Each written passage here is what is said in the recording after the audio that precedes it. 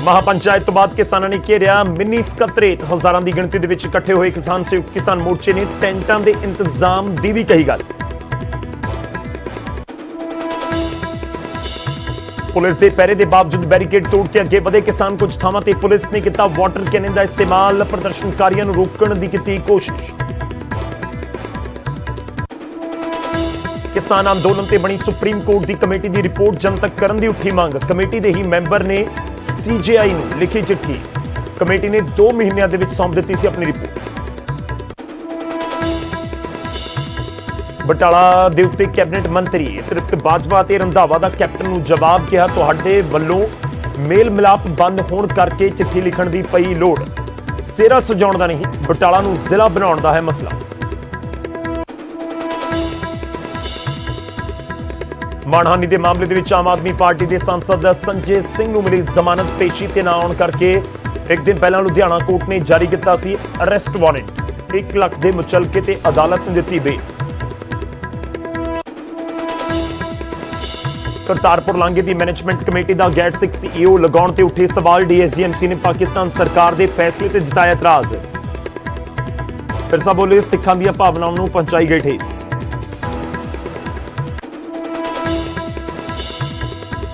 गुरु ग्रंथ साहब जी के पहले प्रकाश पुरब दी रौनकां। दरबार साहब दे विच विशेष समागम। दीपमाला दे नाल आतिशबाजी भी।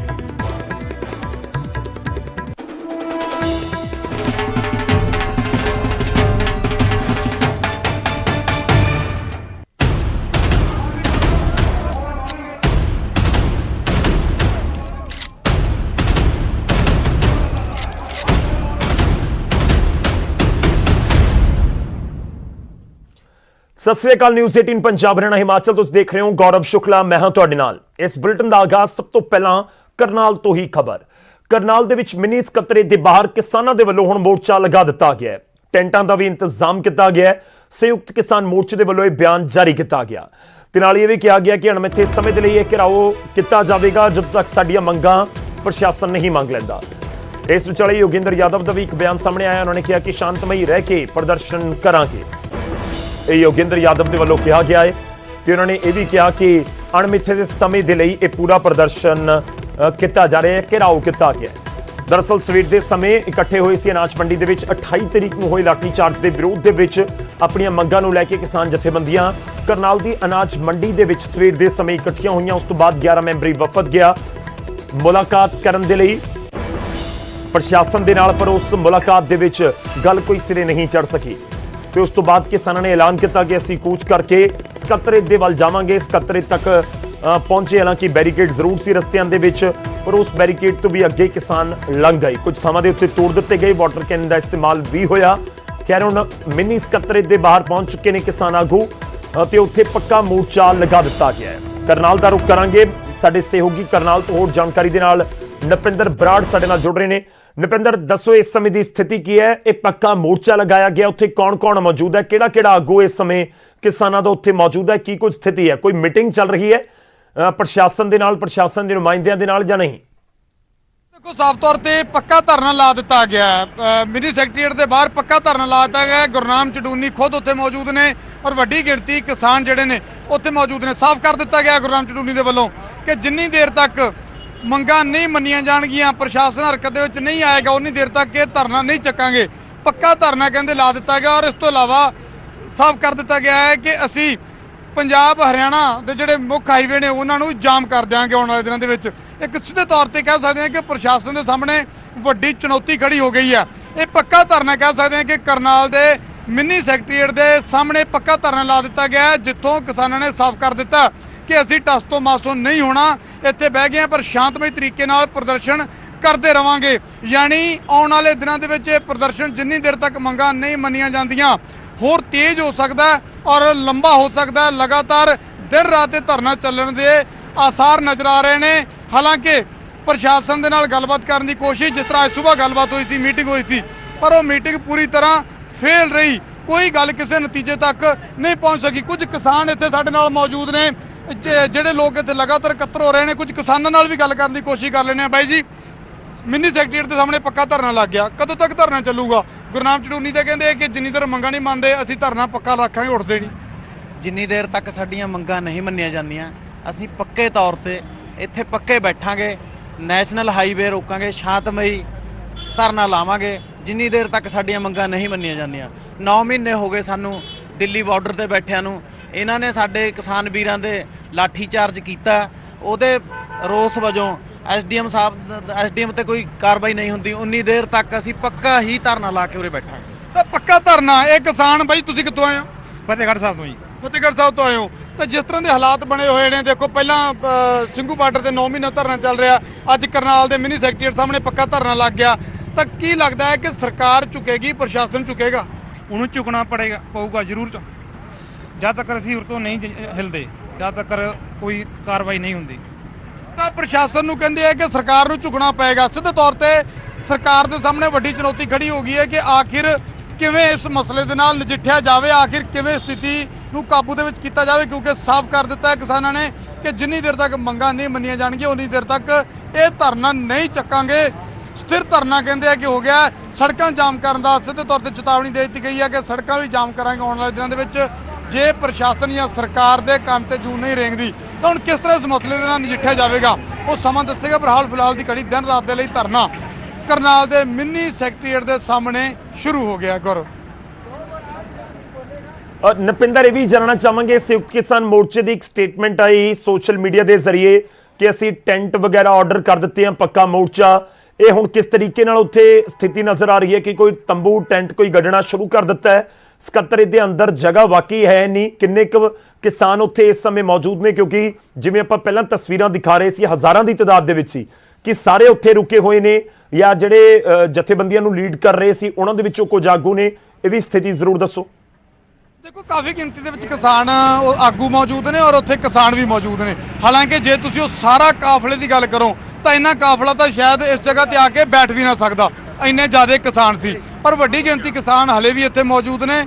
ਹਾਲ ਬਾਕੀ ਕੁਝ ਕਿਸਾਨ ਕਹਿ ਸਕਦੇ ਆ ਕਿ ਇੱਧਰ ਉੱਧਰ ਨੇ ਹਲੇ, ਪਰ ਵੱਡੀ ਗਿਣਤੀ ਕਿਸਾਨ ਹਲੇ ਵੀ ਉੱਥੇ ਮੌਜੂਦ ਨੇ।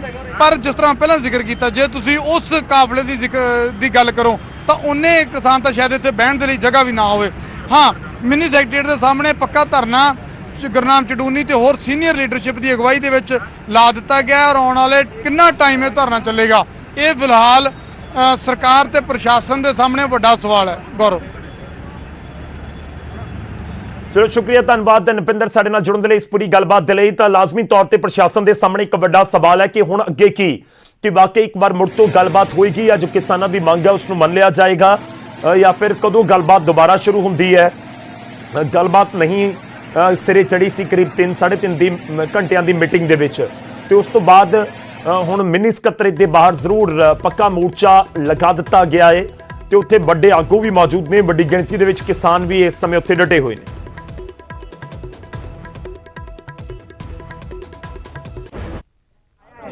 अभी तो आराम कर रहे हैं भाई, देख लेंगे। कोई कल वल बता देगा प्रशासन। अब हमारे कहने से थोड़ा, हमारा गेट पर कब्जा हो गया।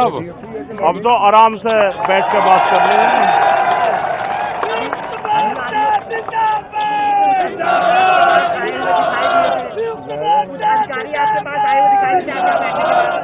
अभी कर लेंगे, अभी फुर्सत नहीं, हमें टाइम नहीं। अभी तो आराम करेंगे। यहाँ अपना कपड़ा लत्ता मंगवाने, खाने पीने का इंतजाम कर रहे हैं, कर लेंगे बात।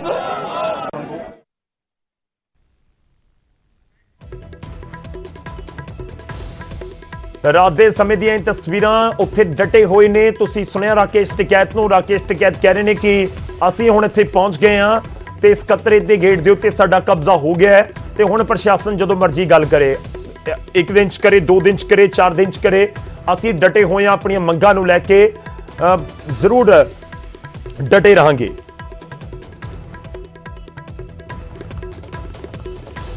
ਤਾਂ ਕਿਸਾਨਾਂ ਨੇ ਕਰਨਾਲ ਦੇ ਸਕੱਤਰੇਤ, ਮਿੰਨੀ ਸਕੱਤਰੇਤ ਦੇ ਬਾਹਰ ਪੱਕਾ ਮੋਰਚਾ ਲਗਾ ਦਿੱਤਾ ਹੈ। ਰਾਕੇਸ਼ ਟਿਕੈਤ ਉੱਥੇ ਨੇ ਤੇ ਹੋਰ ਜਿਹੜੇ ਜਥੇਬੰਦੀਆਂ ਦੇ, ਸੰਯੁਕਤ ਕਿਸਾਨ ਮੋਰਚੇ ਦੀਆਂ ਜਥੇਬੰਦੀਆਂ ਨੇ, ਉਸ ਦੇ ਆਗੂ ਵੀ ਉੱਥੇ ਨਜ਼ਰ ਆ ਰਹੇ ਨੇ ਤੇ ਮੋਰਚਾ ਸਰਕਾਰ ਪ੍ਰਸ਼ਾਸਨ ਦੇ ਖਿਲਾਫ ਖੋਲ੍ਹਿਆ ਗਿਆ। ਪ੍ਰਸ਼ਾਸਨ ਨਾਲ ਦੁਬਾਰਾ ਗੱਲਬਾਤ ਕਦੋਂ ਹੁੰਦੀ ਹੈ, ਕਿਵੇਂ ਹੁੰਦੀ ਹੈ, ਉਸ ਦੇ ਉੱਤੇ ਲਾਜ਼ਮੀ ਤੌਰ ਤੇ ਸਭ ਦੀ ਨਜ਼ਰ ਰਹੇਗੀ। ਪਰ ਇਹ ਪੂਰਾ ਮਾਮਲਾ ਤੁਹਾਨੂੰ ਦੱਸ ਦਈਏ ਕਿ 3 ਖੇਤੀ ਕਾਨੂੰਨਾਂ ਦੇ ਨਾਲ ਜ਼ਰੂਰ ਕਿਤੇ ਨਾ ਕਿਤੇ ਜੁੜਿਆ ਹੋਇਆ ਹੈ, ਪਰ ਥੋੜਾ ਜਿਹਾ ਵੱਖ ਇਸ ਕਰਕੇ ਹੈ ਕਿਉਂਕਿ ਇਹ ਪੂਰਾ ਮਾਮਲਾ 28 ਅਗਸਤ ਦਾ ਹੈ। 28 ਅਗਸਤ ਨੂੰ ਕਰਨਾਲ ਦੇ ਵਿੱਚ ਜੋ ਘਟਨਾਕ੍ਰਮ ਵਾਪਰਿਆ, ਉੱਥੇ ਲਾਠੀ ਚਾਰਜ ਕੀਤਾ ਗਿਆ ਇੱਕ ਕਿਸਾਨ ਦੀ ਮੌਤ ਹੋ ਗਈ ਸੀ ਤੇ ਉਸ ਤੋਂ ਬਾਅਦ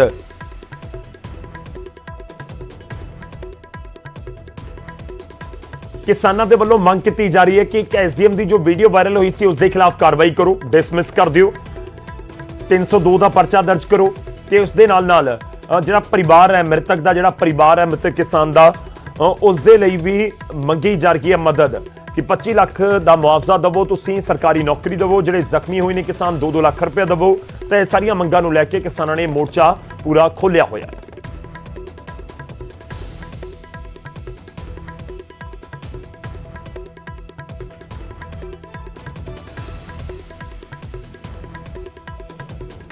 ਕਿਸਾਨ ਜਿਹੜੇ ਮਿਨੀ ਸਚਿਵਾਲਿਆ ਦੀ ਗੱਲ ਕੀਤੀ ਜਾ ਰਹੀ ਸੀ ਕਿ ਉੱਥੇ ਜਾ ਕੇ ਘਿਰਾਓ ਕੀਤਾ ਜਾਊਗਾ, ਉਸ ਦੇ ਸਾਹਮਣੇ ਪਹੁੰਚ ਚੁੱਕੇ ਨੇ। ਤਸਵੀਰਾਂ ਤੁਹਾਨੂੰ ਦੂਜੇ ਪਾਸੇ ਦੀਆਂ ਵੀ ਦਿਖਾ ਦਿੰਨੇ ਆ। ਗੇਟ ਤੁਸੀਂ ਜਿਹੜਾ ਸਾਹਮਣੇ ਦੇਖ ਰਹੇ ਹੋ, ਇਹ ਉਹੀ ਗੇਟ ਹੈਗਾ ਜਿਹੜਾ ਮੇਨ ਗੇਟ ਮਿਨੀ ਸਚਿਵਾਲਿਆ ਦਾ, ਮਿਨੀ ਸੈਕਟਰੀਏਟ ਦਾ ਗੇਟ ਹੈਗਾ, ਜਿਸ ਨੂੰ ਰੋਕਿਆ ਹੋਇਆ ਹੈਗਾ। ਔਰ ਦੂਜੇ ਪਾਸੇ ਕਿਸਾਨ ਯੂਨੀਅਨ ਦੇ ਜਿਹੜੇ ਲੀਡਰ ਨੇ ਡੱਲੇਵਾਲ ਸਾਹਿਬ ਨੇ, ਡੱਲੇਵਾਲ ਸਾਹਿਬ तमाम ਲੋਕਾਂ ਨੂੰ ਟੋਕਦੇ ਹੋਏ, ਹਟਾਉਂਦੇ ਹੋਏ ਪਹੁੰਚ ਗਏ ਜਿਹੜੀ ਮੰਜ਼ਿਲ ਸੀ। ਅੱਗੇ ਕੀ ਪਲਾਨ ਹੈ? देखो प्लान ਤਾਂ ਬੈਠੇ ਆ ਇੱਥੇ, ਜਿਹੜੀਆਂ ਮੰਗਾਂ ਇਹੀ ਸਾਡਾ ਮੇਨ ਆ। ਹਰਿਆਣੇ ਵਾਲੇ ਵੀਰਾਂ ਨੇ ਪਿੱਛੇ ਮੀਟਿੰਗ ਕਰਕੇ ਇਹੀ ਫੈਸਲਾ ਲਿਆ ਸੀਗਾ ਕਿ ਅਸੀਂ ਇਹਦਾ ਘਿਰਾਓ ਕਰਾਂਗੇ ਅਗਰ ਇਹ ਨਹੀਂ ਮੰਗਾਂ ਮੰਨਦੇ ਤਾਂ। ਅੱਜ ਇਹਦਾ ਘਿਰਾਓ ਕਰੀ ਬੈਠੇ ਆ। ਹੁਣ ਇਹਨਾਂ ਤੇ ਡਿਪੈਂਡ ਕਰਦਾ ਕਦੋਂ ਪਰਚਾ ਦਰਜ ਕਰਦੇ ਨੇ, ਕਦੋਂ ਸਾਡੇ ਸ਼ਹੀਦ ਹੋਏ ਕਿਸਾਨ ਨੂੰ ਮੁਆਵਜ਼ਾ ਪੂਰਾ ਦਿੰਦੇ ਨੇ, ਕਦੋਂ ਜਿਹਨੇ ਜ਼ਖਮੀ ਆ ਉਹਨਾਂ ਨੂੰ ਉਹਨਾਂ ਦਾ ਮੁਆਵਜ਼ਾ ਦਿੰਦੇ ਆ। ਇਹ ਉਹਨਾਂ ਤੇ ਡਿਪੈਂਡ ਹੈ। 3 ਦੌਰ ਦੀ ਅੱਜ ਦੁਪਹਿਰੇ ਵੀ ਮੀਟਿੰਗ ਹੁੰਦੀ ਹੈ, ਮੀਟਿੰਗ ਬੇਸਿੱਟਾ ਰਹਿੰਦੀ ਹੈ, ਕੋਈ ਖਾਸ ਨਤੀਜਾ ਉਹ 'ਚ ਸਾਹਮਣੇ ਨਹੀਂ ਆਉਂਦਾ। ਉਹ ਤੋਂ ਬਾਅਦ ਇਹ ਫੈਸਲਾ ਲੈਣਾ ਪੈਂਦਾ ਹੈ ਕਿ ਅਨਾਜ ਮੰਡੀ ਤੋਂ ਚੱਲ ਕੇ ਇੱਥੋਂ ਤੱਕ ਪਹੁੰਚਾਂਗੇ। ਅਧਿਕਾਰੀਆਂ ਨਾਲ ਗੱਲਬਾਤ ਹੋਈ, ਕੀ ਲੱਗਿਆ ਅਧਿਕਾਰੀਆਂ ਦਾ ਕੋਈ ਰੁੱਖ ਹਾਲੇ ਤੱਕ ਨਰਮ ਨਜ਼ਰ ਆਉਂਦਾ ਜਾਂ ਹਾਲੇ ਤੱਕ ਕੋਈ ਗੱਲਬਾਤ ਨਹੀਂ ਹੋ ਪਈ? ਦੇਖੋ ਅਧਿਕਾਰੀ ਹੈ ਨਾ ਜੀ ਜਿਹੜੇ ਡੀਸੀ ਐਸਐਸਪੀ, ਮੈਂ ਸਮਝਦਾ ਇਹਦੇ ਲਈ ਸਮਰੱਥੀ ਨਹੀਂ, ਕਿਉਂਕਿ ਇਹ ਜਿਹੜਾ ਲਾਠੀਚਾਰਜ ਹੋਇਆ ਹੈ ਜਾਂ ਜਿਹੜੇ ਆਦੇਸ਼ ਐਸਡੀਐਮ ਨੇ ਦਿੱਤੇ ਹੈ, ਉਹ ਸਿਆਣਾ ਅਫਸਰ, ਸਿਆਣਾ ਆਈਐਸ, ਸਿਆਣਾ ਆਈਪੀਐਸ ਅਫਸਰ ਅਜੇ ਆਦੇਸ਼ ਨਹੀਂ ਦਿੰਦਾ। ਅਗਰ ਉਹਨੇ ਆਦੇਸ਼ ਦਿੱਤੇ ਹੈ ਉੱਪਰੋਂ ਕੋਈ ਸਿਗਨਲ ਹੋਇਆ ਹੈ, ਉਹਨਾਂ ਅਕਾਵਾਂ ਤੋਂ ਇਸ਼ਾਰਾ ਮਿਲੇ ਤੋਂ ਬਗੈਰ ਇਹ ਕੁਝ ਨਹੀਂ ਕਰ ਸਕਦੇ। ਇਹ ਤਾਂ ਉਹਨਾਂ ਹੈ ਜਿੰਨੀ ਚਾਬੀ ਭਰ ਕੇ ਛੱਡਤੀ ਉਹਨਾਂ ਬੋਲਤੇ ਫਿਰ ਚੁੱਪ ਹੈ, ਫਿਰ ਅੱਗੇ ਜਿੰਨੀ ਚਾਬੀ ਭਰਤੀ ਉਹਨਾਂ ਬੋਲਤੇ ਫਿਰ ਚੁੱਪ ਹੈ। ਹਾਲਾਤ ਇਹ ਨੇ। ਚੜੂਰੀ ਸਾਹਿਬ, ਜੇਕਰ ਗੱਲ ਕਰੀਏ, ਅਸੀਂ ਬਹੁਤ ਸਾਰੇ ਕਿਸਾਨਾਂ ਨਾਲ ਗੱਲਬਾਤ ਕਰ ਰਹੇ ਸੀ, ਕਹਿੰਦੇ ਇੱਕ ਅਫਸਰ ਪਿੱਛੇ ਸਰਕਾਰ ਐਡਾ ਸਟੈਂਡ ਕਿਉਂ ਲੈ ਰਹੀ ਹੈ? ਤੁਸੀਂ ਕਿਵੇਂ ਦੇਖਦੇ ਹੋ ਚੀਜ਼ ਨੂੰ? ਇਹ 100 ਗੱਠੇ ਵੀ ਖਾਂਦੇ ਨੇ, 100 ਛਿੱਤਰ ਵੀ ਖਾਂਦੇ ਨੇ।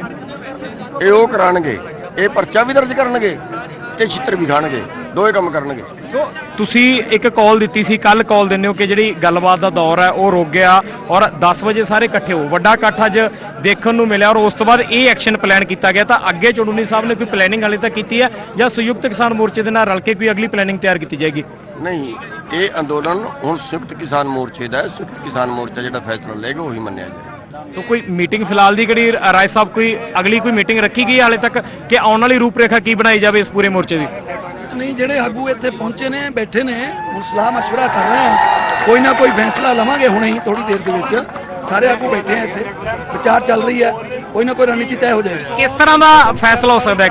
लगातार मोर्चा लगाया जा सकता है, स्थगित किया जा सकता है, या किस तरह का प्लान कोई हाले तक होवे? कोई ਜਿੰਨਾ ਚਿਰ ਸਰਕਾਰ ਨਹੀਂ ਮੰਨਦੀ ਹੈ ਲਗਾਤਾਰ ਹੀ ਹੋਏਗਾ।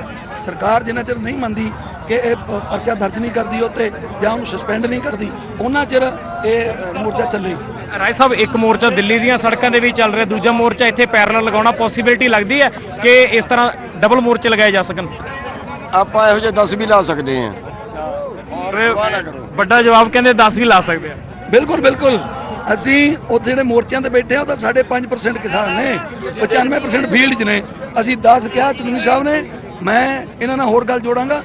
10 ਤਾਂ ਚੱਲਦੇ ਨੇ, 6 ਤਾਂ ਮੋਰਚੇ ਸਾਡੇ ਚੱਲ ਰਹੇ ਨੇ ਉੱਥੇ, ਫਿਰ ਟੋਲਾਂ ਤੇ ਕਿੰਨੇ ਹਜ਼ਾਰਾਂ ਹੀ ਚੱਲ ਰਹੇ ਨੇ। ਸਾਡੇ ਮੋਰਚੇ ਬਹੁਤ ਚੱਲਣਗੇ, ਕਿਉਂਕਿ ਜਦੋਂ ਕਿਸਾਨਾਂ ਦੇ ਵਿੱਚ ਰੋਹ ਹੋਏਗਾ। ਜਿਹੜੀ ਸਰਕਾਰ ਕਹਿੰਦੀ ਸੀ ਕਿ ਅੰਦੋਲਨ ਖਤਮ ਹੋ ਗਿਆ, ਮੈਂ ਤੁਹਾਨੂੰ ਨਹੀਂ ਕਹਾਂਗਾ, ਜਿਹੜਾ ਗੋਦੀ ਮੀਡੀਆ ਕਹਿੰਦਾ ਸੀ, ਤੁਹਾਡੇ ਅਸੀਂ ਧੰਨਵਾਦੀ ਹਾਂ, ਜਿਹੜਾ ਗੋਦੀ ਮੀਡੀਆ ਕਹਿੰਦਾ ਸੀ ਕਿ ਅੰਦੋਲਨ ਕਿੱਥੇ ਹੈ, ਆਹ ਦੇਖੋ ਅੰਦੋਲਨ ਬੈਠਾ ਹੈ, ਰਾਤ ਨੂੰ ਵੀ ਅੰਦੋਲਨ। ਔਰ ਇਹ ਮੋਰਚੇ ਇਦਾਂ ਹੀ, ਜਿੰਨਾ ਚਿਰ ਸਰਕਾਰ ਨਹੀਂ ਮੰਨੇਗੀ ਮੋਰਚੇ ਵਧਣਗੇ, ਘਟਣਗੇ ਨਹੀਂ। ਚੜੂਨੀ ਸਾਹਿਬ ਕੋਈ ਗੱਲ ਕਹਿਣਾ ਚਾਹੁੰਦੇ ਸੀ? ਮੈਂ ਕਹਿਣਾ ਚਾਹੁੰਦਾ ਸੀ, ਸਰਾਫਤ ਨਾਲ ਮੰਨ ਜਾਣਾ ਜੇ ਵੀ ਨਹੀਂ ਹਰਿਆਣਾ ਪੰਜਾਬ ਸਾਰਾ ਬੰਦ ਹੋਏਗਾ। ਹਰਿਆਣਾ ਪੰਜਾਬ ਨਹੀਂ, ਉੱਤਰੀ ਭਾਰਤ ਪੂਰਾ ਬੰਦ ਹੋਏਗਾ। ਸੋ ਆਉਣ ਵਾਲੀ ਕਾਲ ਵੀ ਦਿੱਤੀ ਜਾ ਸਕਦੀ ਹੈ ਕਿ ਪੰਜਾਬ ਹਰਿਆਣਾ ਉੱਤਰੀ ਭਾਰਤ ਨਾਰਥ। ਇਹਨਾਂ ਦੇ ਝੋਟੇ 'ਚ ਨੂੰ ਲਾਟ ਕੱਢ ਦਿਆਂਗੇ ਅਸੀਂ। ਸੋ ਗੁਰਨਾਮ ਸਿੰਘ ਚੜੂਨੀ ਜੀ ਨਾਲ ਗੱਲਬਾਤ ਕੀਤੀ ਔਰ ਕਹਿੰਦੇ ਕਿ ਥੋੜੀ ਦੇਰ ਬਾਅਦ ਜੀ ਮੀਟਿੰਗ ਦੇ ਵਿੱਚ ਫੈਸਲਾ ਲਿਆ ਜਾ ਸਕਦਾ ਕਿ ਅੱਗੇ ਦੀ ਰੂਪਰੇਖਾ ਕੀ ਰੱਖਣੀ ਹੈ, ਪਰ ਵੱਡੇ ਫੈਸਲੇ ਲਏ ਜਾਣਗੇ ਜੇਕਰ ਸਰਕਾਰ ਹਾਲੇ ਤੱਕ ਵੀ ਨਹੀਂ ਮੰਨਦੀ ਜਿਹੜੀਆਂ ਮੰਗਾਂ ਨੂੰ ਲੈ ਕੇ ਇਹਨਾਂ ਦੇ ਵੱਲੋਂ ਗੱਲਬਾਤ ਕੀਤੀ ਜਾ ਰਹੀ। ਜੇਕਰ ਉਹ ਨਹੀਂ ਮੰਨਦੀ ਤਾਂ ਸਖਤ ਫੈਸਲੇ ਪੰਜਾਬ ਦੇ ਸਮੇਤ ਜਿਹੜਾ ਉੱਤਰੀ ਭਾਰਤ ਦੀ ਅਸੀਂ ਗੱਲ ਕਰ ਲਈ ਉਸ ਨੂੰ ਵੀ ਬੰਦ ਕਰਨ ਦੇ ਜਿਹੜੇ ਵੱਡੇ ਫੈਸਲੇ ਉਹ ਲਏ ਜਾ ਸਕਦੇ ਆ। ਕੈਮਰਾਮੈਨ ਵਿਨੋਦ ਦੇ ਨਾਲ ਰੋਹਿਤ ਬੰਸਲ, ਪੱਕਾ ਨਿਊਜ਼ 18 ਪੰਜਾਬ, ਕਰਨਾਲ।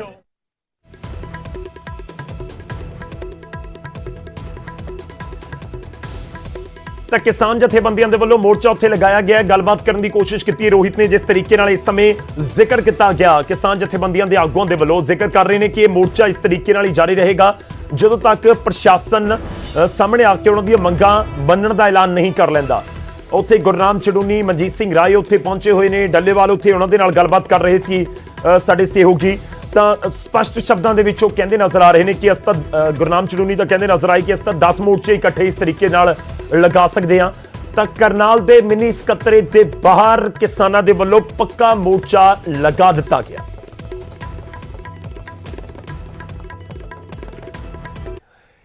ਇਸ ਬੁਲੇਟਿਨ ਦੇ ਵਿੱਚ ਇੰਨਾ ਹੀ। ਤੁਸੀਂ ਬਣੇ ਰਹੋ ਨਿਊਜ਼ 18 ਪੰਜਾਬ ਹਰਿਆਣਾ ਹਿਮਾਚਲ ਦੇ ਨਾਲ।